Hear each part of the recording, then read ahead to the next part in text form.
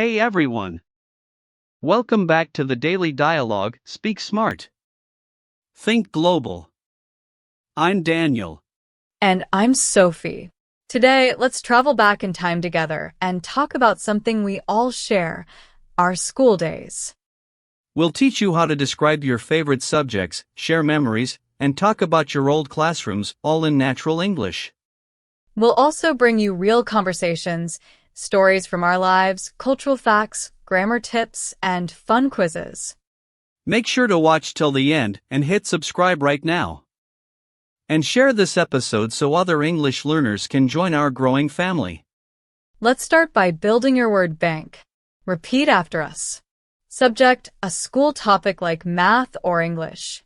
Classroom, where lessons happen. Homework, work you do at home. Exam or test, big assessments. Break or recess, free time between classes. Classmate, your fellow student. Uniform, same clothes students wear. Teacher or principal, the people who teach and lead. A library, room with books. Playground, area to play outside. Now let's combine them into phrases. My favorite subject was science. We had a strict principal. I used to sit at the back of the classroom. During recess, we played soccer. Pause and say your own sentence out loud about your school. Remember, speaking helps lock words into memory. Sophie, what were mornings like in your school? Very early. I had to catch the bus at 7 a.m. But I loved the morning assembly. We had one too. The principal spoke, and sometimes we sang songs. My favorite was when we had art class after assembly. Painting relaxed me. In my case, I liked lunchtime most, chatting with friends. Did you ever get detention? Once, for forgetting homework. What about you? Same. Viewers, did you ever get detention? Tell us below. Let's see whose story is funnier. And remember to like this episode if you're enjoying these memories. When we talk about old school days, we use the past simple tense. Examples. I studied French. We played basketball. She taught geography. Notice we often add ed for regular verbs, played, watched, and use irregular verbs too, went, had, saw. Let's practice pronunciation. We had a fun class trip.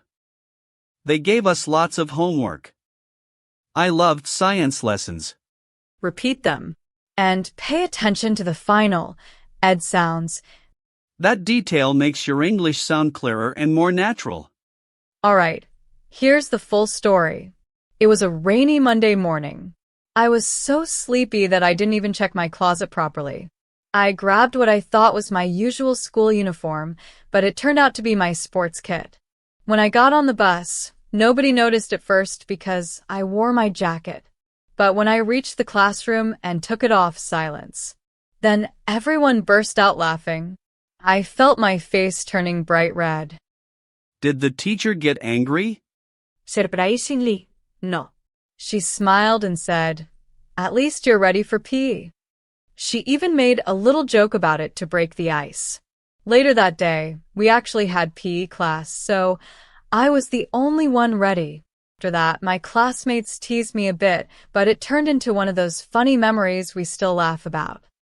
Stories like this show real language in action. Words like embarrassed, teased, burst out laughing, turning red. Listeners, repeat them with us. Embarrassed. Teased. Burst out laughing. Turned red. And now you try. What's one silly mistake you made at school? Write it below. Sharing stories makes you brave, and you'll see others make mistakes too. It's normal. And remember, mistakes often become your best stories. School life isn't the same everywhere. Let's take a quick trip around the globe. In Japan, students clean their own classrooms every day. It teaches responsibility and teamwork. In France, lunch at school can last up to 2 hours, and it's often 3 courses, soup, a main dish, and dessert. Food is part of the learning culture. In Kenya, as we mentioned, some children walk several kilometers to reach school. This teaches resilience. In the UK, wearing school uniforms is common, but in the US, many public schools don't use uniforms at all. In Finland, students have shorter school days, more breaks, and less homework, but still score very high in education rankings. Cultural note. In some countries, teachers and students are very formal, using Mr. or Miss, while in others they might call teachers by first names. Viewers, how was your school system different? Share a detail. Did you have uniforms? Did you clean your class? What was lunch like? And try to write your answer in English. Practice makes progress. Think of a moment. Your first day, a school trip, or winning a prize. Example. When I was 10, we went to a science museum. I saw a huge dinosaur model and took photos with my friends. It made me love science even more. Now, write your own memory. Focus on past tense verbs and details. Who were you with? What did you see? How did you feel? Post your story in the comments. We love reading them, and it's great English practice. Roleplay is a fantastic way to make vocabulary real. Let's imagine you're helping organize a school fair. Hey, Sophie. Should we set up a game booth? Great idea. And maybe a food stall with cupcakes and juice. Perfect. What about music? Should we invite the school band? Yes. And we could also ask for volunteers to run the stands.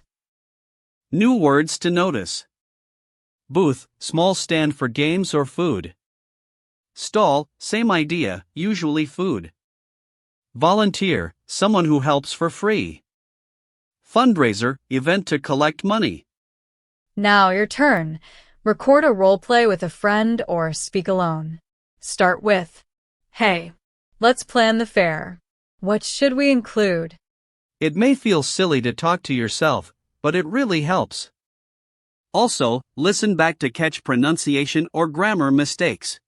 And if you want, share your roleplay script in the comments. We might feature it next time. Did you know in South Korea, school days can start around 8 a.m. and go until late at night, with extra study classes after dinner? In New Zealand, some schools have Mufti Day, where students wear regular clothes instead of uniforms to raise money for charity. In Italy, Saturday school is normal. Students often go to school 6 days a week. In China, many students do morning exercises together in the courtyard, a mix of stretching and gentle movement. And in Australia, some kids study remotely over radio or the internet because they live in very remote areas. It's called School of the Air. Fun facts like these make your English conversations more interesting. Imagine talking to someone from another country. You could say, "Oh, really? In my country, we..." That's how small talk becomes real connection. Viewers, share a fun fact about your school in the comments. Even something simple like, "We had no uniforms," or "We had a giant playground." And challenge yourself to write it in English. What tense do we use to talk about past school memories? What do you call a break between classes? True or false? Everyone wears a school uniform. Pause, answer, and write in the comments. And check your answers at the end of the video. Find an old photo from your school days. Describe it in English. Who's in it? What year? Where were you? Share your description below, or on social media and tag us. It's a fun way to practice English storytelling. Today we covered vocabulary about school life, past simple grammar, stories and roleplays, cultural facts and quizzes, writing and speaking practice. Remember, school memories help you practice past tense and real conversation. Before you go, please like, subscribe, and share. It helps more learners join us. And tell us what topic you'd like next in the comments. Thanks for being part of the daily dialogue. Speak smart. Think global.